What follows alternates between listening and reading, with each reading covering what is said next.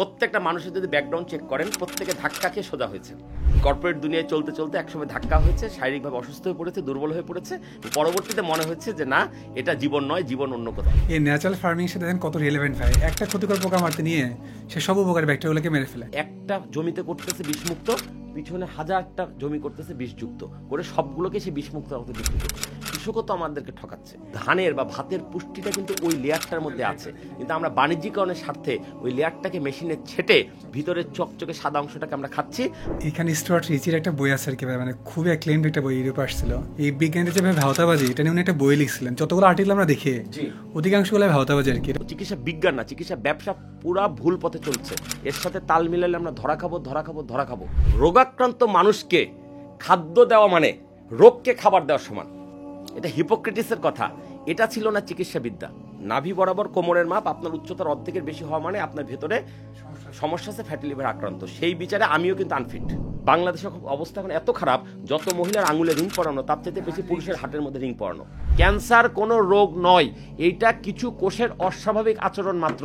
কারণ আমার কথা হচ্ছে হেলথ ফিট তো সেলস ফিট। ক্যালোরি একটা কথা মানুষের মাথায় নেই আর কি ভাই। ক্যালোরি খেতে হবে, পুষ্টি লাগবে ভাইয়া।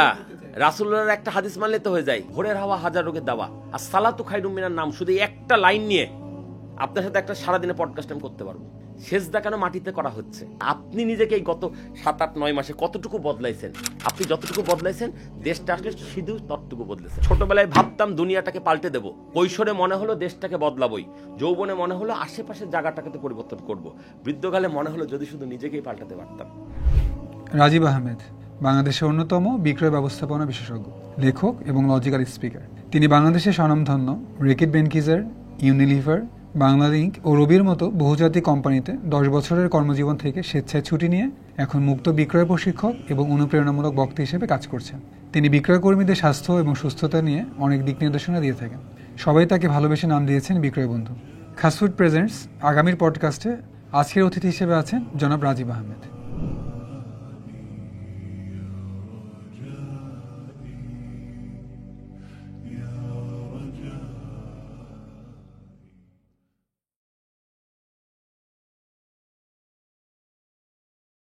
আসসালামু আলাইকুম। ওয়ালাইকুম আসসালাম। ভাই কেমন আছেন? আমি বেশ ভালো আছি, আপনি? আলহামদুলিল্লাহ ভালো আছি। আগামীর পডকাস্টে আপনাকে স্বাগত। জি, আপনাকেও ধন্যবাদ আমাকে আমন্ত্রণ জানানোর জন্য। আচ্ছা, রাজীব ভাইকে সবাইকে চিনে বিক্রয় বন্ধু হিসাবে। তো আজকে ভাই একটা ভিন্ন পরিচয়, যেটা আমাদের কাছে স্বাস্থ্য বন্ধু আর কি। তো ভাইয়ের বিক্রয় বন্ধু থেকে স্বাস্থ্য বন্ধু ওটার পেছনে যে গল্পটা, সেটা একটু শুনতে চাচ্ছি। আমি স্বাস্থ্য বন্ধু বলে কিছু নই, আপনি আমাকে ভালোবেসে হয়তো এই নামকরণ করলেন। ইনফ্যাক্ট আমি বিক্রয় পেশার মানুষ। বিক্রয় পেশাজীবীদেরকে তাদের পেশাগত উন্নতির জন্য, তাদের জন্য আমি কাজ করে যাচ্ছি গত 13টি বছর যাবৎ। সঙ্গত কারণে বিক্রয় পেশাজীবীরা ভালোবেসে আমাকে বিক্রয় বন্ধু ডাকে বা বলেন। কিন্তু আমি ইদানিং বিক্রয় পেশা নিয়ে যতটা না সিরিয়াস, যতটা না তাদের উন্নতির জন্য কথা বলি, তার চেয়ে বেশি কথা বলি স্বাস্থ্য নিয়ে। আর আমার পরিচয় আমি বলি, আমি ডাক্তার নই, কবিরাজ নই, চিকিৎসক নই, আমি একজন আদর্শ রোগী যে নিয়ম বুঝে চলার চেষ্টা করছে। এবং আমাকে যদি আপনি পরিচয় করিয়ে দেন, তাহলে আমি বলবো আমার পরিচয়টা হওয়া উচিত সুস্বাস্থ্য চর্চা অনুশীলনকারী। এটা আমার জন্য পারফেক্ট, মানে আমার জন্য তকমা হতে পারে। এবং আমি নিজে অনুশীলন করার চেষ্টা করে যাচ্ছি, পাশাপাশি বিভিন্ন সময় বিভিন্ন সামাজিক সেমিনারে গিয়ে কথা বলে, প্লাস হচ্ছে বিভিন্ন আবাসিক কর্মশালার আয়োজন করে আমি ব্যাপারগুলো মানুষকে শেখানো, বোঝানোর চেষ্টা করছি। যে কথাটা বলছিলাম সেটা হচ্ছে যে বাংলাদেশে যারা এখন এই ধরনের কথাবার্তা বলে আমার মতো, আমি বরং বে লাইনের লোক লাইনে এসছি, কিন্তু লাইনের অনেক লোক আছে যারা চিকিৎসা পেশায় যুক্ত, তারাও কিন্তু আজকাল প্রাকৃতিক চিকিৎসার কথা বলছেন। প্রত্যেকটা মানুষের যদি ব্যাকগ্রাউন্ড চেক করেন, প্রত্যেকে ধাক্কা খেয়ে সোজা হয়েছেন, আমি সহ ধাক্কা খেয়ে সোজা হয়েছেন। মানে জীবনে কোনো এক সময় কর্পোরেট দুনিয়ায় চলতে চলতে একসময় ধাক্কা হয়েছে, শারীরিকভাবে অসুস্থ হয়ে পড়েছে, দুর্বল হয়ে পড়েছে, পরবর্তীতে মনে হচ্ছে যে না, এটা জীবন নয়, জীবন অন্য কোথাও আছে।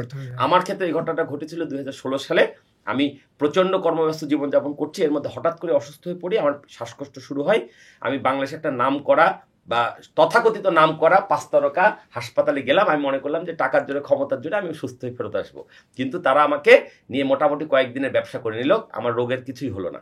পরবর্তীতে সেখান থেকে আমি আন্ডারটেকিং দিয়ে বেরিয়ে আসি, আরেকটা হাসপাতালে গিয়ে আমি চিকিৎসা নেই। কারণ তখন পর্যন্ত আমার বিশ্বাস ছিল বা ধারণা ছিল, আর সবার মতোই, যে চিকিৎসা ডাক্তারদের কাছে গেলেই রোগ, ব্যাপারটা যে তা না। আমার রোগ যে আমার কারণে হয়েছে এবং আমাকেই শুধরাতে হবে, এটা আমি বুঝছি অনেক পরে। সো তখন থেকে আমি এই জিনিসগুলোর মধ্যে চর্চা শুরু করি এবং সেই চিকিৎসা নিতে গিয়ে সেই চিকিৎসার পার্শ্ব প্রতিক্রিয়ায় আমার আরও কিছু শারীরিক সমস্যা দেখা দেয় এবং আমাকে আর্থ্রাইটিসের রোগী প্রমাণ করে আমার এই হাঁটুতে 35,000 টাকা দামের ইঞ্জেকশন পুশ করানো হয়। এবং এই ধরনের ক্ষেত্রে আপনারা জানেন যাদেরকে এই ধরনের একবারে ইনজেকশন যায় তাদেরকে বলা হয় যে 6 মাস 8 মাস পর আবার নিতে হবে 35, 55, 65, 5 লাখ 7 লাখ বাড়তেই থাকে। আমি ডাক্তার সাহেবকে সেদিন বলেছিলাম, তিনি বাংলাদেশের একটা বড় প্রতিষ্ঠানের সুপরিচিত ডাক্তার, তার চেম্বারে রুগীর ভিড় হয়ে যায়, নাম বলবো না আমি, হ্যাঁ, তো সেই ভদ্রলোককে আমি বলেছিলাম যে আমি নিতান্ত নিরুপায় হয়ে আপনাদের কাছ থেকে ইনজেকশনটা নিতে বাধ্য হলাম, কিন্তু আমি আজকের পর আর জীবনে আমি কোনো ইনজেকশন ঢুকাবো না। তো ডাক্তার সাহেব হেসে বলেছিল এরকম ব্যথা কমে গেলে সবাই বলে, কিন্তু কিছুদিন পর আসতে বাধ্য হয়, আবার ব্যথা বাড়ে। কিন্তু আলহামদুলিল্লাহ 16 সাল থেকে এখন 25 সাল, 9 বছর আমার শরীরে ইনজেকশন কোনো ড্রাগস পর্যন্ত ঢোকে না, এবং আমার পরিবার সম্পূর্ণরূপে ড্রাগস মুক্ত। আমার পরিবারে কোনো ড্রাগসের চর্চা নাই, কারণ একটাই, সেটা হচ্ছে আমার পরিবার ভোজ্য তেল, কথিত ভোজ্য তেল এবং সাদা চিনি মুক্ত। শুধুমাত্র 2টা জিনিস আমি বাসা থেকে বের করতে পারছি, আমার পরিবারের রোগ বালে চলে গেছে। সাদা চাল কি খাচ্ছেন ভাই নাকি ব্রাউন চাল? কি আমি খাই ঢেকি ছাটা লাল চাল, সাদা চিনির কথা বলেছি, সাদা চিনি এবং ভোজ্য তেল, ঢেকি ছাটা লাল চাল। অর্থাৎ দেখেন আল্লাহ পাক পবিত্র কোরআনে পরিষ্কার বলেছে আমি কোনো কিছু অহেতুক সৃষ্টি করি নাই। ভাতের যে চালটা, যদি ধানটাকে যদি আপনি ভালো মতো পর্যবেক্ষণ করেন তাহলে দেখবেন ধানের ভিতরে যেমন সাদা লেয়ার, তার উপরে ব্রাউন লেয়ার, নানা লেয়ার। আসলে ধানের বা ভাতের পুষ্টিটা কিন্তু ওই লেয়ারটাতেই থাকে। আমরা বাণিজ্যিকরণের স্বার্থে ওই লেয়ারটাকে মেশিনে ছেটে ভিতরের চকচকে সাদা অংশটাকে আমরা খাচ্ছি, আর বাইরের অংশটাকে ওটাকে বিক্রি করে দিচ্ছি, যেটা আবার পোল্ট্রি খাবার হিসেবে যাচ্ছে, অথবা হাঁস মুরগি খাওয়াচ্ছে। হাঁস মুরগি ভাবে আসল গরু গাধা যে কে, মানুষ না, মানুষই গরু গাধা, কারণ ভালোটা তাদেরকে খাওয়াচ্ছি, খারাপটা আমরা নিজেরা খাচ্ছি, এবং খেয়ে আমরা হার্টের রোগ, তারপরে ডায়াবেটিক, নানা রোগে আক্রান্ত হচ্ছি। আমার খাদ্য হিসাবে যদি গ্রহণ করতেই হয় তাহলে পুরো ভাতের দানাটাকে গ্রহণ করতে হবে, যে রূপে আছে সে রূপে খেতে হবে। সে রূপে না খেলে আমরা কোনোভাবেই ওটার পরিপূর্ণ পুষ্টিগুণ নিতে পারবো না। এই কারণে ঢেকি ছাটা লাল চাল বলতে আমি বোঝাতে চাচ্ছি পরিপূর্ণ সেটা যেভাবেই করা হোক, এই জিনিসটা বোঝার বিষয় আছে। এরকম ভাবে যদি আমরা প্রত্যেকটা খাদ্য নিয়ে একটু বোঝার চেষ্টা করি যে প্রকৃতিতে কিভাবে আছে, সেইভাবে খাই, তাহলে আলহামদুলিল্লাহ আমরা অনেকেই রোগমুক্ত সুস্থ থাকতে পারবো। তো আমার জার্নিটা ছিল এটা। পেশাগত জীবনে আমি একজন বিক্রয় প্রশিক্ষক, কিন্তু নিজে অসুস্থ হওয়ার পর যখন সুস্থতার গুরুত্ব বুঝলাম, তারপর থেকে আমার প্রত্যেকটা ট্রেনিংয়ে ম্যান্ডেটরি ভাবে আমি সুস্থতার কথা তুলবই। ওই যে কুমিরের রচনা শিখে গিয়ে গরুর রচনা থাকার মতো, আমাকে যদি আপনি কোনো সুস্থতার বাইরেও একদম স্পেসিফিক্যালি কোনো একটা টপিক দেন, নেগোসিয়েশন স্কিল বা ওই রকম একটা সফট স্কিল, আমি ওই আলোচনা করতে গিয়েও টাইনা নিয়ে আসবো। কারণ আমার কথা হচ্ছে হেলথ ফিট তো সেলস ফিট, আপনার স্বাস্থ্য ঠিক তো সবকিছু ঠিক। আপনাকে পৃথিবীর সেরা ট্রেনারকে দিয়ে ট্রেনিং করলে কোনো লাভ নাই, আপনাকে পৃথিবীর সেরা শিক্ষা প্রতিষ্ঠানে পাঠালে কোনো লাভ নাই, যদি ওই অর্জিত জ্ঞান আপনি পরে এসে বিতরণ করতে না পারেন বা চর্চা করতে না পারেন। ওই জ্ঞান বিতরণ বা চর্চার জন্য আপনাকে শারীরিকভাবে সুস্থ থাকতে হবে। 1-এর পাশে শূন্য বসলে 10, 10-এর পাশে শূন্য বসলে 100, 100-এর পাশে শূন্য বসলে 1000, কিন্তু এরকম 1000টা শূন্য আপনি বসাতে পারবেন, কিন্তু প্রথম শূন্যটার আগে যে এক আছে, একটাকে যদি আপনি মুছে ফেলেন তাহলে সকল শূন্যের মান হয়ে যাবে শূন্য। ওই একটা হচ্ছে সুস্থতা। পবিত্র কোরআনে নাজিল হয়েছে হযরত মুহাম্মদ সাল্লাল্লাহু আলাইহি ওয়াসাল্লামের উপরে, কিন্তু এই পবিত্র কোরআন শরীফে 6666টা আয়াত আছে। কোরআনে 25 জন নবী রাসূলের নাম আছে বিভিন্ন ঘটনা প্রসঙ্গে। সবচেয়ে বেশি বার উল্লেখ আছে মুসা নবী 136 বার। যে হযরত মুহাম্মদ সাল্লাল্লাহু আলাইহি সাল্লামের উপরে কোরআন শরীফ নাজিল হয়েছে, উনার নাম আছে মাত্র 4 বার, 2 বার মোহাম্মদ, 2 বার আহমদ। সেই পবিত্র কোরআনে মুসা নবীর নাম আছে 136 বার। কেন? কারণ কোরআনকে যদি আপনি সাদামাটা ভাষায় বোঝার চেষ্টা করেন, একজন সাধারণ পাঠক হিসাবে, কোনো আলেম, কোনো মুফতি হিসাবে না, তাহলে আপনি এটাই বুঝতে পারবেন যে কোরআনে মূলত 2টা জিনিসের সমন্বয়। আমার চোখে যেটা ধরা পড়েছে, একটা হচ্ছে আল্লাহ তাআলা মানুষকে কিছু আদেশ নির্দেশ ফিক্সড করে দিয়েছেন, তুমি এটা করবা, এটা করবা না, এটা করবে, এটা করবা না। এটা কিছু আদেশ নির্দেশমূলক কিছু আয়াত আছে, আর অধিকাংশ আছে ইতিহাসমূলক আয়াত। উমুক নবীর আমলে এই ঘটেছিল, উমুকের আমলে এই ঘটেছিল। ওই ঘটনাগুলো আল্লাহ পাক এখন কোরআনে কেন ঢুকাইলেন বা দিলেন? এখনকার মানুষ যারা ওই সময় বর্তমান ছিল না, তারাও যেন ওখান থেকে শিক্ষা নিতে পারে। এই কারণে তো মুসা নবীর 136 বার এসছে। মুসা নবীর আমলে ঘটে যাওয়া অনেক ঘটনা আছে এখনকার মানুষের জন্য শিক্ষণীয়, রাইট? তাহলে মুসা নবীকে আপনি, আমাদের নবী উনি না, কিন্তু তারপরে ওনাকে আপনি ইগনোর করতে পারছেন, রাইট? ওকে, আমরা করিও না, রাইট? সে মুসা নবীর কাহিনী তাহলে একটু বোঝা দরকার ভালো মতো। মুসা নবীর অনেক কাহিনী কোরআন শরীফে এসছে। তো মুসা নবীর কাহিনী হলো আল্লাহ পাকের সাথে মুসা নবীর সরাসরি কানেকশন ছিল, যোগাযোগ ছিল, কথোপকথন ছিল, এবং 4টা শর্ত পূরণ করে মুসা নবী আল্লাহ পাকের সাথে কথা বলতেন। এটা আমরা অনেকেই জানি না। উনাকে নির্ধারিত সময় নির্ধারণ থাকতো, যে কোনো সময় আল্লাহর সাথে উনি কথা বলতে পারতেন না। নির্ধারিত সময় নির্ধারিত, স্থান নির্ধারিত, তুর পাহাড়, এবং আলোচনার বিষয় পর্যন্ত পূর্ব নির্ধারিত। মানে যে কোনো প্রসঙ্গ ওনার মনে হলো আল্লাহ এটা কি হলো কেন হলো বলা যাবে না। কেন ওইটা আলাপ হবে, সেটা আগে পূর্ব নির্ধারণ করা থাকবে, রাইট। এবং চতুর্থ শর্ত ছিল ওনাকে জুতা খুলে তুর পাহাড়ে উঠতে হবে, অর্থাৎ একটা আদব রক্ষা করা, রাইট। এই 4টা শর্ত পূরণ করে উনি কথা বলতেন। তো মুসা নবীর অনেক মজার মজার ঘটনা আমরা শুনি। একটা ঘটনা হচ্ছে এরকম যে আল্লাহ পাক মুসা নবীকে জিজ্ঞেস করছেন, মুসা বন্ধু আমার, তুমি আমার কাছে কি চাও বলো।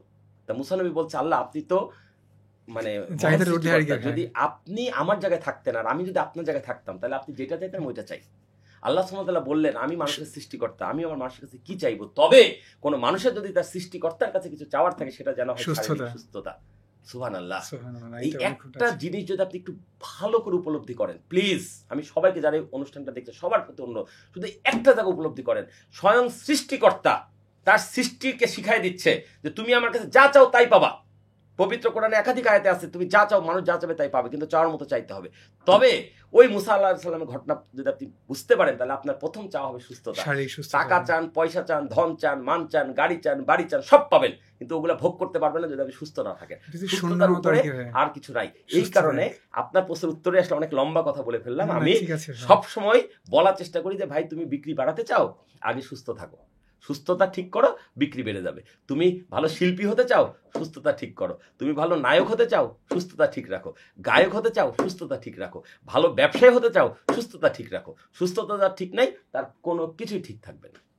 অনেকের ক্ষেত্রে যেটা হয় আর কি, ভাই চাই যে ঠিক আছে সেফ লাইফ স্টাইলে কিংবা হেলদি লাইফ স্টাইলে মানে নিজেকে অ্যাডজাস্ট করতে, প্রথম কিছুদিন ট্রাই করার পর ভাই এটা খেয়ে হারিয়ে ফেলে, মানে এইটা মানে প্রয়োজনীয়তা আসলে বুঝে ভাই কিনা আসলে করতে পারে না। আপনি কিভাবে এটা ধরে রাখতে পারলেন 9টা বছর? আমি 9টা বছর যে পুরোপুরি ধরে রাখতে পারছি এটা বলা যাবে না, আমার স্বাস্থ্য সেটা প্রমাণ করে না কিন্তু, ঠিক আছে। কারণ একজন আদর্শ মানুষের কোমরের মাপ নাভি বরাবর তার উচ্চতার অর্ধেকের বেশি হতে পারবে না। আপনার নাভি বরাবর কোমরের মাপ আপনার উচ্চতার অর্ধেকের বেশি হওয়া মানে আপনার ভেতরে সমস্যা আছে, ফ্যাটি লিভার আক্রান্ত। সেই বিচারে আমিও কিন্তু আনফিট, কিন্তু তারপর আমি বলবো আমি আমার জীবনে খুব বেশি চেঞ্জ আনতে পারি নাই, যতটুকু বুঝছি ততটুকু মানতে পারি না বাস্তবতার কারণকে। তারপরেও মাত্র 30% জিনিস চেঞ্জ করার কারণে আমি 100% বেনিফিট পাচ্ছি। তাহলে কেন আমি এই সিস্টেমে আসবো না? এবং মানুষকে আমি এই কথাগুলোই বলার চেষ্টা করছি যে ভাই আল্লাহ পাক মানুষকে এত শক্তিশালী একটা দেহ দিয়েছে, এটা 30% ঠিক থাকলেই আপনি 100% বেনিফিট পাবেন। মানে আপনার ফুসফুসের 70% ড্যামেজ হয়ে গেছে ধরেন, কিন্তু 30% কাজ করছে। আপনি 100% সুস্থ মানুষ যেরকম শ্বাস নিতে পারবে আপনি সেটা নিতে পারবেন। কিডনি ড্যামেজ হয়ে গেছে কিন্তু সাধারণ মানুষ যেটুকু নিতে পারবে সেটুকু কাজ চালাবে। মানে প্রত্যেকটা অঙ্গ প্রত্যঙ্গের এত পাওয়ার দেওয়া আছে, তার কিঞ্চিত ঠিক থাকলেই আপনি ফাংশন করতে পারবেন। তাহলে আপনার লস করাতে কিছু নাই। এবং দেখেন একটা দেশি কোম্পানি যখন একটা টিভি বেচে 10 বছর ওয়ারেন্টি বা গ্যারান্টি দিয়ে বেচে না, 10 বছরের মধ্যে প্রবলেম হলে তারা কি করবে? রিপ্লেস করে দেবে। এটাই তো শর্ত। তারা সেটা দিচ্ছে বলে তাদের ব্যবসাটা টিকে আছে, রাইট? তাহলে আল্লাহ পাক আপনাকে একটা হায়াতের জন্য দুনিয়াতে পাঠিয়েছে 70 বছর। তাহলে 70 বছরের কিডনি ফুসফুস হার্ট দেওয়ার দায়িত্ব কি আল্লাহ ছিল না? অবশ্যই। আল্লাহ কি সেটা দেয়নি মনে করছে? অবশ্যই দিয়েছে। তাহলে সেই হার্টটা কেন 40 বছরের মাথায় আংটি পরানো লাগবে? বাংলাদেশের অবস্থা এখন এত খারাপ, যত মহিলার আঙুলে রিং পরানো তার থেকে হার্টের মধ্যে রিং পরানো। এটা কি খুব ভালো কথা? এটা কি খুব মহাকল্যাণের কথা? এটা মহা অন্যায়ের কথা। ভাই আপনি বলেন, আপনি একটা দেশি একটা কোম্পানি একটা মোবাইল ফোন ব্যবহার করেন, দেশি প্রোডাক্ট, এবার এই প্রোডাক্টটা নষ্ট হয়ে গেল, আপনি কোনো একটা বিদেশি কোম্পানি আইফোনের কাস্টমার সার্ভিসে গেলে এটা সেরে দেবে? কি বলবে? যে কোম্পানি থেকে সে সার্ভিস প্রোভাইডার কাছে যান, এটাই স্বাভাবিক। কারণ হচ্ছে যে ভাই আমি অন্য জায়গায় এক্সপার্ট হতে পারি, এইটা আমি এক্সপার্ট না, এটাই তো বাস্তবতা, রাইট? হ্যাঁ, তাহলে আল্লাহ পাক বলছেন আমি মানুষকে সর্বোত্তম আকৃতিতে তৈরি করেছি। আল্লাহর সৃষ্টি নিখুঁত, এর মধ্যে কোনো মাতব্বরি চলবে কারো আল্লাহ ছাড়া? তাহলে মানুষ যে একজন বুক কেটে ফেলছে, বুকের মধ্যে রিং ঢুকাই দিতেছে, এইটা আল্লাহর খোদার উপরে খোদাগিরি হয়ে যাচ্ছে না? আপনি বলেন, আপনার বোধ বুদ্ধি থেকে বলেন আমি ভুল বলছি কিনা। এইভাবে কখনো চিন্তা করে এখন চিন্তা করে আপনি কি মনে হচ্ছে আমি ঠিক বলছি না ভুল বলছি? আমার কথা ভুল হলে আপনি এখানে বলেন, ওপেনলি বলেন যে রাজীব আপনার চিন্তা ভুল, আর যদি আমার চিন্তা ঠিক হয় তাহলে আপনি মেনে নেন। আল্লাহর তৈরি দেহের মধ্যে হাত দেওয়া তো সহজ না রে ভাই। কেন আপনি এই দেহের মধ্যে হাত দেবেন? চিকিৎসা ব্যবসায়ীরা সার্জনরা যে কাজ করছে ভুল কাজ করছে, তাদের এই অধিকার দেওয়া হয় নাই। এই প্রত্যেকটা পাপিষ্ঠ যারা এইসব দেহের ভিতরে কাটা ছেঁড়ার সাথে যুক্ত, তারা বলবে আমরা মানুষকে বাঁচাচ্ছি না, এটা তার একটা শিরক হয়ে যাচ্ছে। এটা শিরক হয়ে যাচ্ছে। লাইফ সাপোর্টে আছে। Life support, what do you mean by life support? লাইফটা জীবনটা দিছে গে, আল্লাহ সুবহানাহু তো তুমি কি এমন লাইফ সেভ দিচ্ছ? ফাজলামের একটা শেষ থাকা দরকার না? মানুষের পকেটে টাকা কেটে নেওয়ার একটা ধান্দাবাজি। পরিষ্কার শুনে রাখেন, আপনি মুখ দিয়ে খাবার খেতে পারছেন না, আপনার শিরায় ডাইরেক্ট খাবার ঢুকিয়ে দেওয়া সম্ভব, যদি এটা উচিত না। কথাটা ক্লিয়ার হোক কিনা? উচিত না। আল্লাহ পাক খাবার ঢুকানোর জন্য এইটাই রেখেছে, এইটাই আপনাকে ফলো করতে হবে, অন্য রাস্তা ব্যবহার করা যাবে না। তারপর আপনি ঢুকাই দিতে পারছেন, কিন্তু অক্সিজেন কি আপনি ডাইরেক্ট ঢুকাইতে পারেন? নাক দিয়ে দিতে হচ্ছে। নাক দিয়ে যাবে, ফুসফুস নিতে পারলে আপনি নিতে পারবেন, নিতে পারবেন না, নাইলে নিতে পারবেন না। তাহলে ওই আইসিইউতে কি করছে? আইসিইউতে কিচ্ছু করছে না, একটা ছোট্ট ঘরের মধ্যে রুগীকে ফালাই রেখে ওখানে সিলিন্ডারের মুখ খুলে দিচ্ছে। অক্সিজেনে নর্মাল বাতাসে 20% অক্সিজেন থাকে, ওখানে অক্সিজেনের সিলিন্ডার খুলে দিলে অক্সিজেনের ঘনত্ব বেড়ে যাচ্ছে। অক্সিজেনের ঘনত্ব বাড়ায় দিতে পারতেছেন, কিন্তু এটার কি গ্যারান্টি দিচ্ছে যে ওই লোকটা এক ইনহেল করতে পারবে, পরিমাণ বেশি নিতে পারছে না? তাহলে এই পণ্ডিতি করে ন্যাকামো করার কি দরকার? আচ্ছা, এই যে সিলিন্ডার খুলে দিলেন, অক্সিজেনের পরিমাণ বাড়লো, কত পার্সেন্ট বাড়লো? কত পার্সেন্ট বাড়লো? 5% বাড়লো। এর বেশি বাড়বে না। আপনি যদি 10টা সিলিন্ডারও খুলে দেন 5% বাড়বে, কিন্তু আবার অন্য দিকে বেরিয়ে যাবে, কারণ এটা তো আপনি ধরে রাখতে পারবেন। তাহলে 5%। নর্মালি বাতাসে অক্সিজেন থাকে 20 থেকে 21%। ওই 5% যুক্ত হলে কত হলো? 26%, 27%। কমন সেন্স দিয়ে আপনি বোঝেন। আর সকালের বাতাসে থাকে 30 থেকে 31% অক্সিজেন। ভোরের হাওয়া হাজার রোগের দাওয়া। তাহলে ভোরবেলা ওই আইসিইউ রোগীগুলাকে ওখানে আটকে রাখা উচিত, নাকি হাসপাতালের জানলা দিয়ে রুগীর নাকটাকে বাইর করে দিয়ে ডাক্তার আর নার্স মিলে তার পা ধরে রাখছে, যে ডাক্তার রুগী বাইরে থেকে শ্বাস নেন, বেশি অক্সিজেন পাবে? আমি ভুল বলছি? না, একদমই না। আমি ভুল বলছি? বরং তাকে ওই চেম্বারের মধ্যে বন্দি করে রেখে, এসির মধ্যে রেখে তার শ্বাস গ্রহণের স্বাভাবিক প্রক্রিয়াকে হ্যাম্পার করা হচ্ছে। এটার কারণে সে মারা যাবে। যদি মারা যায়, এই কারণে মারা যাবে। বর্তমান চিকিৎসা ব্যবস্থা সম্পূর্ণরূপে প্রাকৃতিক রীতিনীতি বিরুদ্ধ এবং ধর্ম বিরুদ্ধ। আধুনিক চিকিৎসা ব্যবসা, এরা কাকে তাদের চিকিৎসা বিজ্ঞানের জনক বলে বলেন? হিপোক্রেটিসকে তারা জনক হিসেবে মানে। আব্বা মানে, আব্বার নিয়ম মানে না। হিপোক্রেটিসের আপনি উইকিপিডিয়ায় ঢোকেন, উনার চিকিৎসা ব্যবস্থা কি ছিল? উনি আদি চিকিৎসা ব্যবস্থার আদি একজন মানে চিকিৎসক, জনক বলা হয় তাকে, ওরাই মানে। তাহলে এখন আব্বাকে মানো, আব্বার হুকুম মানবা না নাকি? হুকুম না মানলে আব্বা মানা হবে? হ্যাঁ। হিপোক্রেটিসের চিকিৎসা ব্যবস্থা কি ছিল? হিপোক্রেটিসের চিকিৎসা ব্যবস্থা ছিল হচ্ছে, রোগাক্রান্ত মানুষ হলে, কেউ রোগী হলে তাকে প্রথমে খাদ্য গ্রহণ বন্ধ করে দিতে হবে। মানে চেয়ার ওই মুহূর্তে অসুস্থ থাকা অবস্থায় খেতে পারবে না, খাবার দেওয়া যাবে না। কারণ রোগাক্রান্ত মানুষকে খাদ্য দেওয়া মানে রোগকে খাবার দেওয়ার সমান। এটা হিপোক্রেটিসের কথা, এটা ছিল না চিকিৎসা বিদ্যা। তাহলে উনাকে আমি আব্বা মেনে যে চিকিৎসা ব্যবস্থা এখন চালায় যাচ্ছে, উনার নাম ব্যবহার করে, উনার এই নিয়মকে আমি মানছি। বরং আমি বলছি সকালবেলা এই 3টা ওষুধ খাবেন, বিকালবেলা এই 3টা ওষুধ খাবেন, রাতের বেলা এইটা খেয়ে ঘুমাতে যাবেন। তো তুমি আব্বা মানো, আব্বার কথা মানো না। ফাজলার মধ্যে একটা শেষ থাকা দরকার। কেমন সন্তান আপনি? দেখেন না আমার কথা ভুল হচ্ছে কিনা, উইকিপিডিয়া পড়ে দেখেন। এটা ঠিক আছে। প্রকৃতিতে, আচ্ছা বাদ দেন হিপোক্রেটিস, প্রকৃতিতে যে কোনো প্রাণী অসুস্থ হলে প্রথমে সে খাদ্য গ্রহণ বন্ধ করে দেয়। এমনকি নবজাতক শিশু, তারও যদি জ্বর আসে, তাকে খাবার খেতে চায় না। মানুষ এখন জোর করে তার মুখের মধ্যে খাবার যদি ঢুকায় দেয়, তখন সে বাচ্চা কি করবে? সে তো ভিতর বাধ্য খেতেই। তার মানে রোগাক্রান্ত হলে প্রথম কাজ খাদ্য গ্রহণ বন্ধ করে দেওয়া। কেন? কারণ রোগ প্রতিরোধের ক্ষমতা শরীরের মধ্যেই দেওয়া আছে, এর জন্য এক্সট্রা খাবার দেওয়া লাগবে না। আপনি বলবেন খাবার না দিলে বল পাবে কি করে? আরে বাবা, বল এখন আর ঢুকানোর সুযোগ নাই। এখন এই খাবারটা ঢুকালে বরং এটা রোগকে পাওয়ারফুল করে তোলা হবে। বরং রোগকে দুর্বল করতে হলে খাবার বন্ধ করে দাও, রোগও মরবে, দেহ বেঁচে যাবে। জ্বরের চিকিৎসা ভুল, আধুনিক জ্বরের চিকিৎসা ভুল। জ্বরের চিকিৎসা কি? নাপা, প্যারাসিটামল, এটা চিকিৎসা না। আপনি কোরআন হাদিস পড়ে দেখেন, হাদিসে পরিষ্কার উল্লেখ আছে, এক রাতে জ্বরের বিনিময়ে আল্লাহ তাআলা তার গুনাহ মাফ করে দিতে পারে। আছে? ঠিক আছে, কথা ঠিক বলছি? আচ্ছা, তাহলে এক রাতে জ্বরের বিনিময়ে আপনার গুনাহ মাফ হতে পারে। মানে এক রাতে আপনার গা গরম হতে হবে, গরম হলে আপনার কষ্ট হতে হবে, কষ্টের বিনিময়ে জাহান্নামের আগুনের তাপ থেকে আপনাকে বাঁচাই দেওয়া হবে। ঠিক আছে আমার কথা? হ্যাঁ।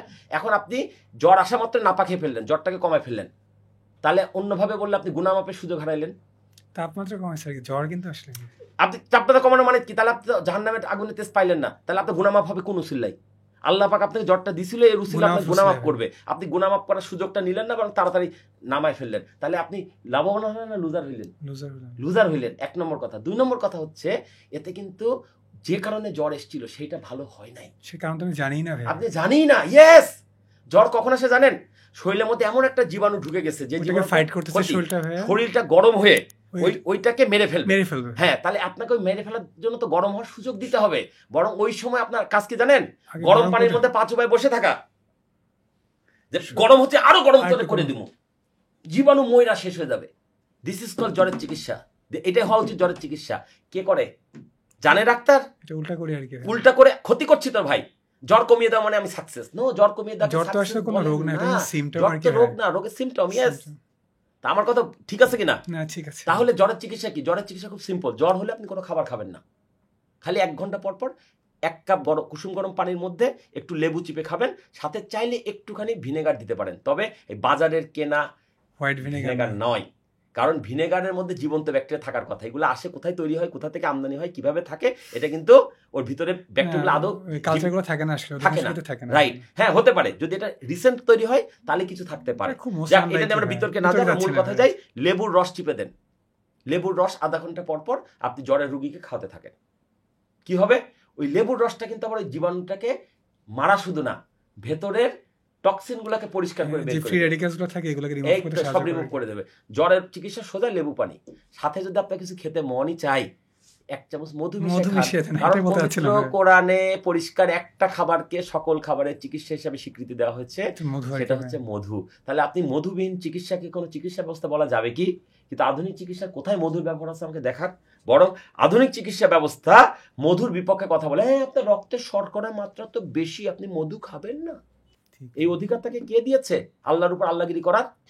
এই বিজ্ঞানীদের বাড়াবাড়ি মানব সভ্যতাকে ধ্বংস করে দিচ্ছে রে ভাই।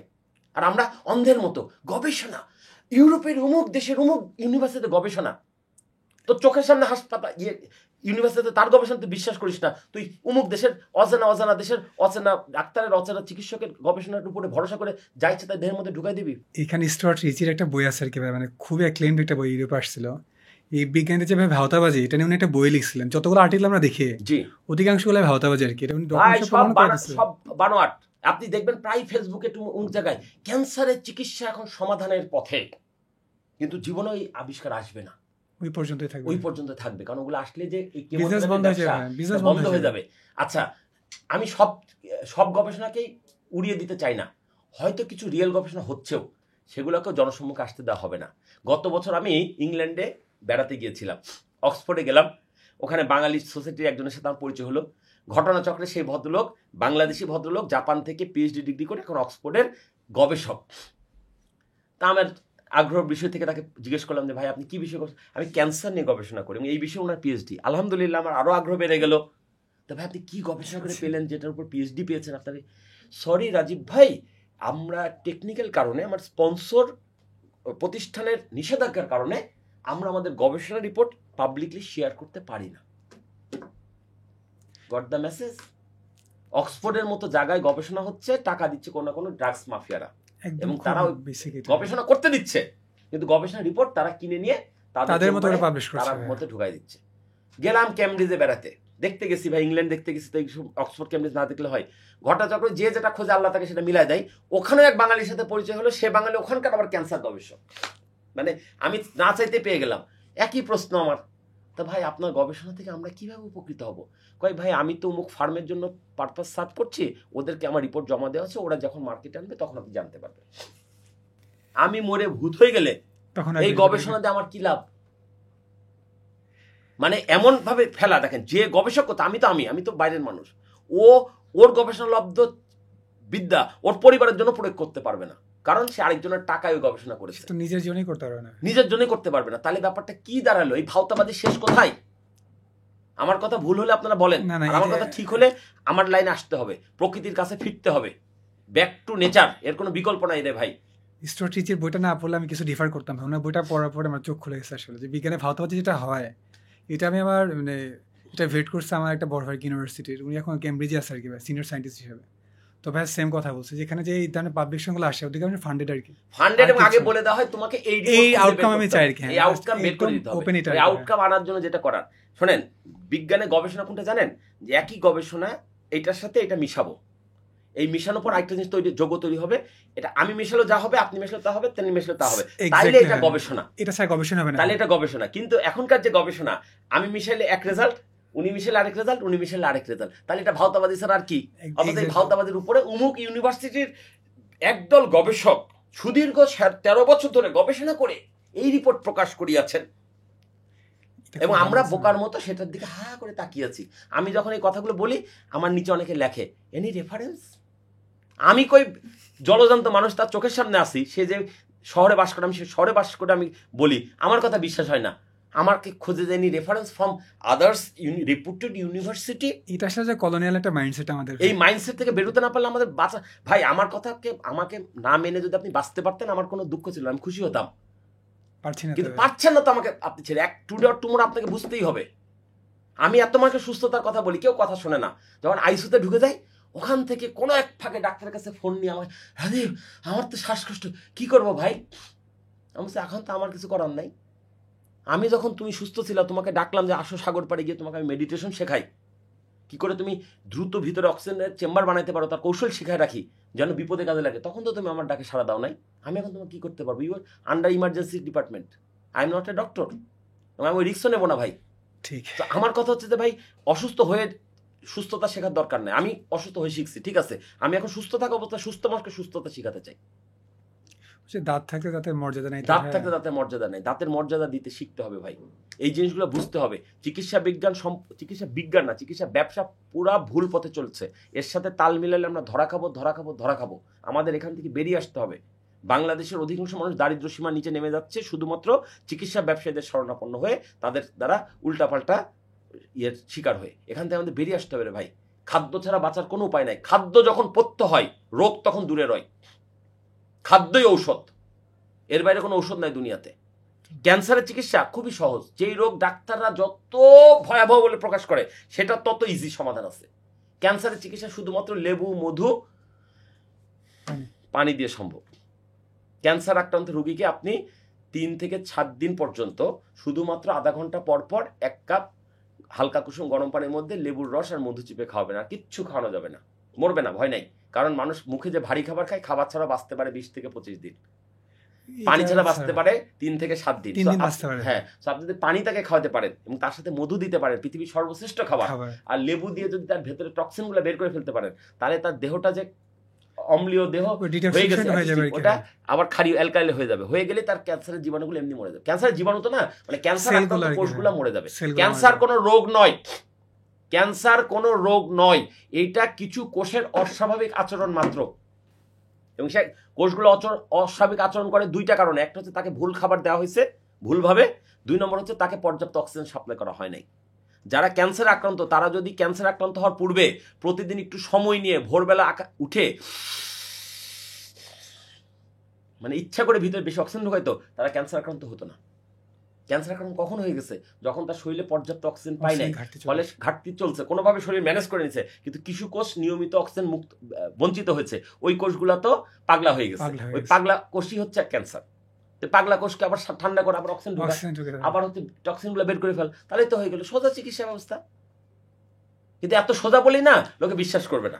আবার আমি যখন বলি যে ভাই জ্বর থেকে ক্যান্সারের চিকিৎসা একই, লেবু পানি মধু, আইসিইউ কোথা থেকে কোন পাগল এসছে? জ্বরের চিকিৎসা যা ক্যান্সার চিকিৎসা হয় নাকি? কেমোথেরাপি, কথাটার মধ্যে চালাকি আছে তো, কেমিক্যাল থেরাপি, এটা শর্ট ভার্সন কেমোথেরাপি দিয়ে আমাদের কেমোথেরাপি দিয়েছি, রেডিওথেরাপি দিয়েছি।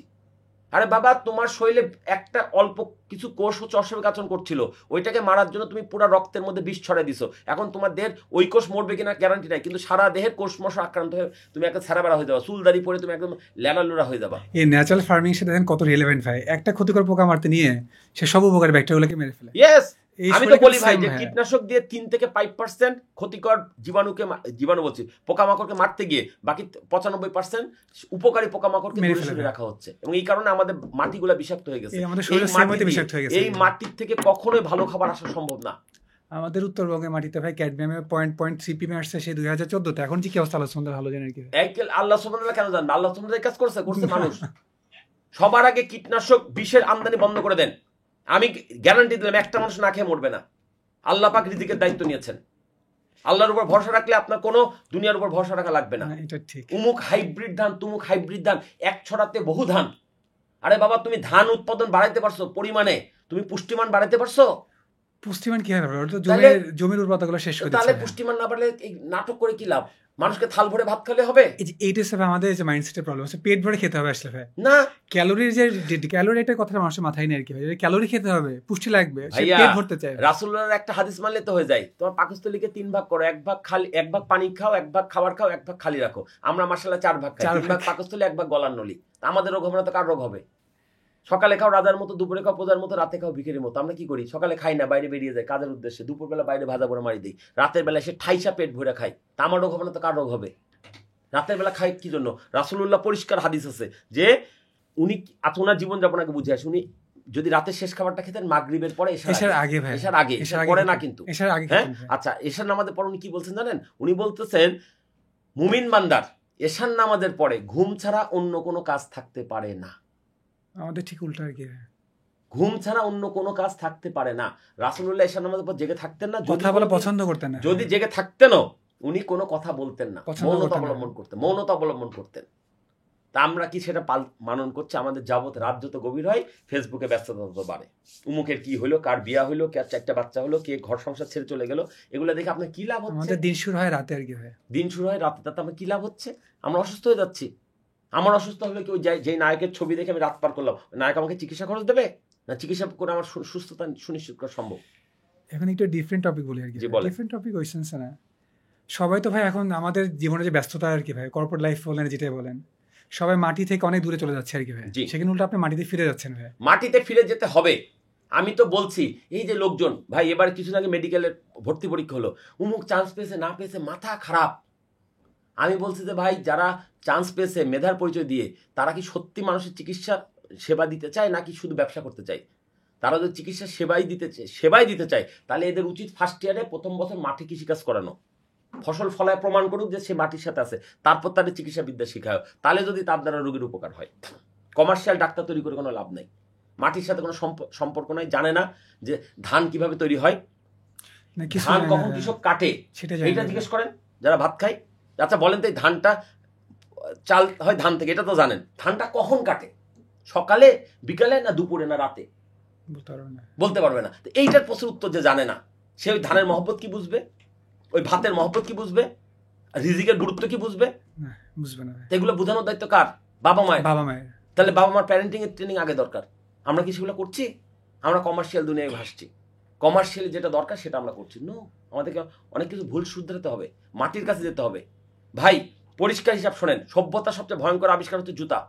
যেদিন থেকে মানুষ জুতা পরা শিখেছে, সেদিন মাটির সাথে তার সম্পর্ক চলে গেছে, এবং সেদিনের থেকে মানুষের শরীরে রোগবালাই এসছে। পৃথিবীতে কোনো পশু পাখি, মানুষ ছাড়া কোনো পশু পাখি জুতা পরে না, তাদের রোগবালাই হয় না। মাটি এমন এক জিনিস, খালি পায়ে আপনি মাটির উপর কিছু হাঁটেন, আপনার শরীরের ভিতর টক্সিন টেনে নেবে। আপনি ক্যান্সার আক্রান্ত হয়ে গেছেন, আপনি জানেন না। মাটির উপর দাঁড়ায় থাকেন প্রতিদিন সকালবেলা, হয়তো মাটির পাওয়ারে আপনি ক্যান্সার ভালো হয়ে যাবে।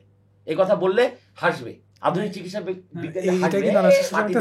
খালি পায়ে হাঁটা, উনি নিয়মিত খালি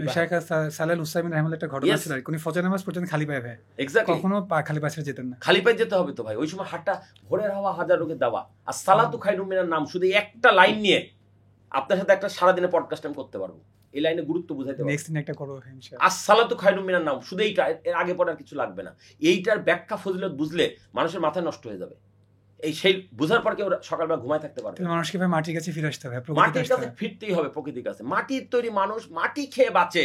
মাটি খেয়ে বাঁচে না, যাই খান সব মাটির ভাই, যাই করে সব মাটির উপাদান। আপনি গবেষণা করে জাত বের করতে পারবেন, কিন্তু ওইটা তো ফলাই নিতে পারবেন না। গবেষণা করে ফলাইতে গেলে আপনি মাটির কাছে যেতে হবে। তাহলে মাটির তৈরি মানুষ মাটি খেয়ে বাঁচে, মৃত্যুর পর মাটিতেই ফিরে যাবে। মাটির সাথে কি তার মহব্বত করার দরকার নাই? অবশ্যই দরকার আছে। মাটির উপর দম্ভ করে হাঁটিও না। এই জিনিসগুলো যদি আমরা না বুঝতে পারি ভাই, প্রত্যেকটা মানুষের ম্যান্ডেটরি মাটিতে হাঁটানো উচিত, খালি পায়ে। আমি এখন বিক্রয় প্রশিক্ষণে এই কথাগুলোই বলি, ভাই ভালো সেলসম্যান হতে চান, বেশি বিক্রি করতে চান, সকালবেলা খালি পায়ে হাঁটেন। অনেকে হাসে, খালি পায়ে হাঁটার সাথে বিক্রি বাড়ার কি সম্পর্ক? খেটে দেখেন। ওর মাইন্ডসেট যদি চেঞ্জ হয়ে ভাই, যদি মেন্টালি সুস্থ থাকে ভাই, তাহলে কাজ করতে পারবে। একদম পরিষ্কার কথা। আপনি এবং দেখেন সেজদা কেন মাটিতে করা হচ্ছে, এটা খুব ভালো। হ্যাঁ ব্যাপার আছে তো রে ভাই। সেজদা যখন আপনি মাটিতে দেবেন তখন আপনার মাথায় থাকা দুঃখ, কষ্ট, অভিমান, রাগ, সব নিয়ে মাটি নিয়ে যাবে। এটা দিনে 5 বার এমনি করে আমরা মনে করছি আল্লাহর কোনো কাজ নেই, আমাদেরকে দিয়ে 5 বার কষ্ট করাতেছে। নো, এই 5 বার কষ্টের বিনিময়ে আপনি কতটা সুস্থতা ফিরে পাচ্ছেন, এটা যদি কোনো মানুষ বুঝতো তাহলে সে নামাজ ছাড়তে পারবে না। নামাজের পরকালীন ব্যাখ্যা বাদ দেন না ভাই, ইহকালীন ব্যাখ্যা বোধহয় শেষ করা যাবে না। ইসলামে কোনো কিছু আসলে পরকালকে ফোকাস না হয়, পরকাল না ইহকাল প্রকাশ। ইসলাম মানে কি? ইসলাম মানে জীবন ধারণের একটা গাইডলাইন। এই গাইডলাইন ফলো করলে হলো ইসলাম আত্মসমর্পণ। আপনি সারেন্ডার করছেন, আল্লাহ আপনাকে সব পথ দেখাই দিবে। আপনি সারেন্ডার মুখে বলছেন আল্লাহু আকবার, কিন্তু মানেন না, তাহলে তো হবে না রে ভাই। আল্লাহকে শ্রেষ্ঠ মেনে আপনি আগান, আপনার সব কাজ সমাধান হয়ে যাবে, কোনো কিছু আটকাবেন। রিজিকের মালিক আল্লাহ। একটা মাসে লাগে কত? এত বেশি টাকা আপনি আয় করে করবেনটা কি? আপনার চাহিদা মিটতেছে কিনা? দিন শেষে ডিজিটাল একটা নেশা, যে আমার কত ডিজিটাল আসছে, এছাড়া কিছু না। বর্তমানে বাংলাদেশের যে অবস্থা, প্রতি দশকে 10 বছরে আমাদের জীবনযাত্রার ব্যয়ভারে একটা করে শূন্য যোগ হচ্ছে। একদম 10 বছরে একটা করে শূন্য যোগ হচ্ছে। এটা দুইটা কারণ, একটা হচ্ছে মুদ্রাস্ফীতি, আর একটা হচ্ছে আমাদের বিলাসী চাহিদা। যা না হলে আমাদের চলতে, তা আমরা চাচ্ছি। একটা হলে চলে, 3টা চাচ্ছি, এটা একটা সমস্যা। আরেকটা হচ্ছে জিনিসের দাম মুদ্রাস্ফীতির কারণে বেড়ে যাচ্ছে। এই দুটি কারণে প্রতি 1 দশকে একটা করে শূন্য যুক্ত হচ্ছে। কিন্তু পৃথিবীতে এমন কোনো চাকরি নাই, এমন কোনো ব্যবসা নাই এই গ্রোথের সাথে মিলাইতে পারবে। তাহলে আমাদেরকে তখনই হচ্ছে অশুভ প্রতিযোগিতায় যেতে হচ্ছে, নোংরামি খেলায় মেতে উঠতে হচ্ছে, আপনাকে পিছিয়ে ফেলে আমাকে এগিয়ে যাওয়ার মানসিকতা তৈরি করতে হচ্ছে। মানে সবাই মিলে এই রোলে আগানো যাবে না, তাহলে আপনাকে পিছিয়ে ফেলতে হবে, ওই টাকাটা আবার আমি নিয়ে আমি বড় লোক হয়ে যাব। এই সিস্টেমের কারণে দুনিয়াতে আমরা আমাদেরকে পিছিয়ে ফেলছি।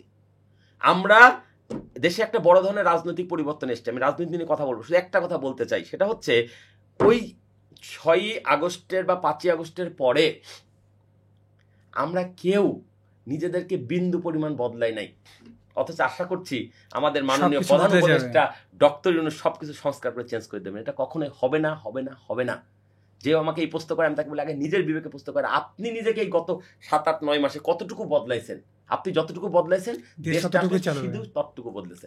আপনি নিজেকে বদলাননি, আপনি আগের জায়গাতে আছেন। আপনি আগেও ঘুষ দিয়ে কাজ আদায় করতেন, এখনো মনে করছেন বাবা এত ঝামেলার দরকার কি, ঘুষ দিয়ে কাজ আদায় করবো। তাহলে দেশের সংস্কারটা করবেটা কি? আপনি বলেন যে না আমি আগে ঘুষ দিতে, এখন আমি ঘুষ দেবো না, আমি আমার বৈধ পথে, আমার হালাল জিনিস, আমার হালাল পথে 1 দিন 3 দিন লাগুন, 3 দিনে কাজ করে আনবো। আপনি তো গিয়ে আগে চুক্তি করে ফেলছেন, ভাই আমার এই কাগজটা বের করে দিতে লাগবে, কয়দিনের মধ্যে বের করে দিতে পারবেন। আগে 15 দিন লাগতো, এখন ওরা আবার উল্টা ভয় দেখাচ্ছে, এখন তো অনেক কিছু পরিবর্তন হয়েছে, এত তো আগের মতো করে দিতে পারবো না, দেখি কি করা যায়, আপনি টাকা কিছু বাড়াই দিন। আমরা কেউ প্রতিবাদ করছি না, আমরা কেউ অন্যায়ের সাথে করছি না, বরং সবাই তাল মিলাই যাচ্ছি। হ্যাঁ এখন লাগবে, তাহলে আমরা কিভাবে সংস্কার হবে দেশের বলেন?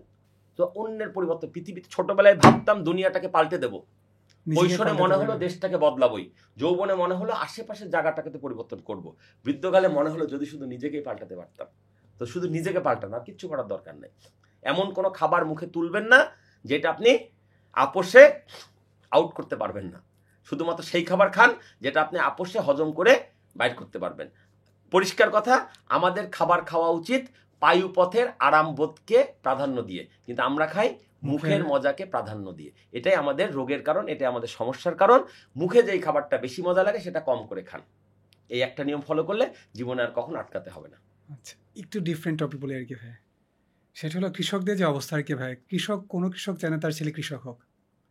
এটা তো আরো বড় সমস্যা ভাই, এইটাই তো সমস্যা এটাই, সমস্যা অন্য কিছু না। কৃষক চায় না তার ছেলে, এটা যদি ভাই শুধু কৃষক দেয় নাকি আমরা দেই? আমরা সবাই দেয়, কৃষক সহ আমরা সবাই দেয়। কৃষক চায় না তার ছেলে কৃষক হোক, তাহলে আমি কি করে চাইবো যে আমার ছেলে আমার পেশে আসুক? এই জায়গাটা আমাদের দৃষ্টিভঙ্গি চেঞ্জ করতে হবে। মাটির সাথে সংস্পর্শ থাকে। একটা কথা ক্লিয়ারলি বলি, শোনেন, পৃথিবীর পাপ তো অনেক রকম আছে। আদিমতম পাপ কি বলেন তো ভাই? মানে কোন পাপ শুরুতে হয়েছে? ওই যে হুকুম অমান্য করছে। নো, ওইটা তো স্পিরিচুয়াল পয়েন্ট অফ ভিউ থেকে বলছে বেহেশতের ঘটনা। আমি তো দুনিয়ার আদিতম পাপ কি জানেন? দুনিয়ার আদিমতম পাপ হচ্ছে ওইটারও আগের পাপ আছে, ওইটার হত্যার আগের পাপ। হিংসা করার কথা বলছি। নো, শোনেন আমি বলছি, নিজে খাদ্য উৎপাদন প্রক্রিয়ায় সরাসরি যুক্ত না হয়ে ক্ষমতা ও অর্থের জোরে অন্যের উৎপাদিত খাবারে ভাগ বসানো পৃথিবীর আদিমতম পাপগুলোর একটি। আবার বলছি আমি লাইনটা, নিজে সরাসরি খাদ্য উৎপাদন প্রক্রিয়ায় যুক্ত না হয়ে ক্ষমতা ও অর্থের জোরে অন্যের উৎপাদিত খাবারে ভাগ বসানো পৃথিবীর আদিমতম পাপগুলোর একটি। এই পাপ থেকে যতক্ষণ মানব জাতি মুক্ত হতে না পারবে আংশিক হলেও, ততক্ষণ দুনিয়ার সমস্যা যাবে না, যাবে না, যাবে না। নতুন যারা কৃষিকাজ নিয়ে কাজ করতে যাচ্ছে, মানে ফুড সেফটি নিয়ে কিংবা নিরাপদ খাবার নিয়ে হয়, অধিকাংশ ক্ষেত্রে বড় বড় যে ইন্ডাস্ট্রি কাছে হয় তারা আসলে পেরে উঠছে না। তারা প্রোডাকশন করছে, প্রোডাকশন কষ্ট বেশি যাচ্ছে, আবার সেলস ক্ষেত্রে খুব বেশি কানেক্ট করতে পারছে না। এক্ষেত্রে তাদের উদ্দেশ্যে সেলসের পয়েন্ট অফ ভিউ থেকে কোনো পরামর্শ আছে কিনা কৃষকদের জন্য? আবার আপনি সেই ব্যাপারটাকে বাণিজ্যিক ধারার দিকে নিয়ে যাচ্ছেন। হ্যাঁ, বাণিজ্যিক ধারা উত্তর নিয়ে বসতে হলে আরেকদিন বসতে হবে। আজকে আমরা প্রকৃতির কাছে ছিলাম। এইটুকু বলেন ভাই, কৃষিকাজ কখনো ইন্ডাস্ট্রির সাথে পারবে না, এটা তো বাস্তবতা ভাই। সে অ্যাটলিস্ট লাভবান হতে হবে না, তাকে লাভবান হতে হবে, তাকে তার কাজটা ভালো করে করতে হবে। তার খাবারটা যদি সঠিক হয়, নিখুঁত হয়, একটা কৃষক যেটুকু উৎপাদন করে তার চেয়ে বেশি ভোক্তা রেডি আছে। কৃষককে শুধু এইটুকু বিশ্বস্ততার সাথে করতে হবে যে আমি নিরাপদ খাদ্য উৎপাদন করি। সারা বাংলাদেশ না, পৃথিবী থেকে কাস্টমার তার কাছে যাবে। কিন্তু আমরা কৃষকদের উপরে আর সে ভরসা রাখতে পারছি না। কৃষকরা সামনে একটা জমিতে করতেছে বিষমুক্ত, পিছনে 1000টা জমি করতেছে বিষযুক্ত করে, সবগুলোকে সে বিষমুক্ত বিক্রি করছে। কৃষকও তো আমাদেরকে ঠকাচ্ছে। এই জন্যই তো আমরা বিপদে পড়ে যাচ্ছি। কথাটা বুঝতে পারছি? কৃষক যদি তার জায়গায় ঠিক থাকে, বাংলাদেশের কোনো একটা জায়গায় হাট বাজার মালিক সমিতির অফিসে আমি এরকম একটা স্বাস্থ্য সচেতনমূলক সেশন করছিলাম। তো সেখানে তারা বলতেছে যে বিষযুক্ত, আমি বলছি বিষযুক্ত পণ্য আপনাদের হাটে বিক্রি হওয়া উচিত না। তো বলছে এটা যদি বন্ধ করে দেয় তাহলে হাটে কোনো পণ্য আসবে না, আমার বিক্রি মানে হাটই উঠে যাবে। তা আমি বলেছি যে না, আপনাকে কষ্ট করে হলে এটা চালু করেন যে বিষযুক্ত জিনিস এই হাটে বিক্রি হয় না। আপনি বাংলাদেশের যে দুর্গম অঞ্চলে আপনার হাট বসুক না কেন, সারা বাংলাদেশ থেকে লোকে গাড়ি চালিয়ে এসে এই হাটে জিনিস কিনবে। কিন্তু আপনাকে এটা এস্টাবলিশ করতে হবে যে এই হাটে একটা দানা পরিমাণ জিনিস বিক্রি হচ্ছে না যে জিনিসটা বিষযুক্ত। এই চ্যালেঞ্জ তারা নিতে পারে নাই। ঠিক আছে, সো এই চ্যালেঞ্জে নিতে পারবে যে আমি বিষযুক্ত করি না এবং এটা সত্যি, এটা প্রমাণ যে 100% করতে পারবে, তার কখনো কাস্টমার অভাব হবে না। কিন্তু কৃষক এক পর্যায়ে তার শুরুটা ভালো থাকে, নিয়ত ভালো থাকে, শেষটা ভালো থাকে, করতে পারে না। কারণ ঘাস মারা বিষ দিয়ে আপনি যদি একটা জমি করতে চান, তাহলে মাত্র 400 থেকে 500 টাকা বিষ লাগবে। আর আপনি যদি এটাকে নিরানি দিয়ে কৃষক দিয়ে করতে চান, 10,000 টাকা খরচ হবে। তাহলে আপনি প্রথম বছর করলেন 10,000 টাকা খরচ করলেন, ইমান ঠিক রাখলেন, দ্বিতীয় বছর ইমান হয়ে যাচ্ছে নড়বড়ে। থাক তো, সবাই করছে, আমি একটু করি, কি আর হবে? ঘাস মারা বিষই তো দিচ্ছে, আসল কীটনাশক তো দিচ্ছি না। এই যে বিষের মধ্যে ঢুকে গেলেন, এই দেহটাকে আপনার বিষাক্ত করে দিচ্ছে। এই জন্য ক্যান্সার হাসপাতালে কৃষকের সংখ্যা বেশি, 60% উপরে কৃষকের সংখ্যা বেশি। কীটনাশকের দোকানে যারা বসে থাকে তাদের ক্যান্সার আক্রান্ত হবেই। তো এগুলোকে আপনি ঠেকাবেন কি করে? এগুলো ঠেকানোর কোনো উপায় নেই। মানুষ যখন বুঝবে যে আমি ভুল করছি, তখন তাকে ফিরে আনতে পারবেন। অলরেডি তার দেহটা বিষাক্ত হয়ে গেছে। তো এইগুলা আসলে বলে শেষ করা নাই। যার যার জায়গা থেকে তাকে সচেতন হতে হবে। আপনি আপনার জায়গায় সচেতন হন, আমি আমার জায়গাতে সচেতন হই। সবার আগে যেটা করতে হবে, আমি আমার দেহের ভিতরে ভুল খাবার ঢোকাবো না। এই জায়গায় আপনি রিজিট থাকেন, আমি রিজিট থাকি, দুনিয়া বদলে যাবে। আমরা কাউকে বদলাতে পারবো না, আগে নিজেকে পরিবর্তন আসবে ইনশাআল্লাহ। আগে নিজেকে বদলান, দুনিয়া বদলে যাবে। আর নিজেকে না বদলায় দুনিয়ার কারো পরিবর্তন আশা করলে সেটা ভুল হবে। এই পডকাস্ট যদি আপনাকে আমাকে পাল্টাতে পারে তাহলে সার্থকতা। কত লোক দেখলো, কত ভিউ হলো, কত কিছু হলো, এটা দিয়ে আমাদের কিচ্ছু যায় আসে না। আমাদের যায় আসে না, অন্যদের যায় আসতে পারে, বাণিজ্যিক ভাবে আসতে পারে। আরে বাবা, এত 1000 ভিউ হয়েছে, অমুক হয়েছে, তমুক হয়েছে, কিন্তু আলটিমেটলি কাদের কাজ হবে সেইটুকুই, যেটা আমরা জীবনে আসবে, জীবনে পরিবর্তন করবো। নিজেকে বদলান, এটাই হলো শেষ কথা। ভালো থাকবেন। অসংখ্য ধন্যবাদ ভাই আপনাকে। আসসালামু আলাইকুম। অনেক কিছু জানতে পারলাম ভাইয়ের কাছ থেকে। যদি এই তথ্যগুলো আমাদের জীবনে এতটুকু পরিবর্তন আনতে পারে, তাহলে আজকে পডকাস্টের সার্থকতা। অন্য কোনো দিন অন্য কোনো এপিসোড দেখা হবে অন্য কোনো বিষয়। সাথে থাকবেন। আসসালামু আলাইকুম।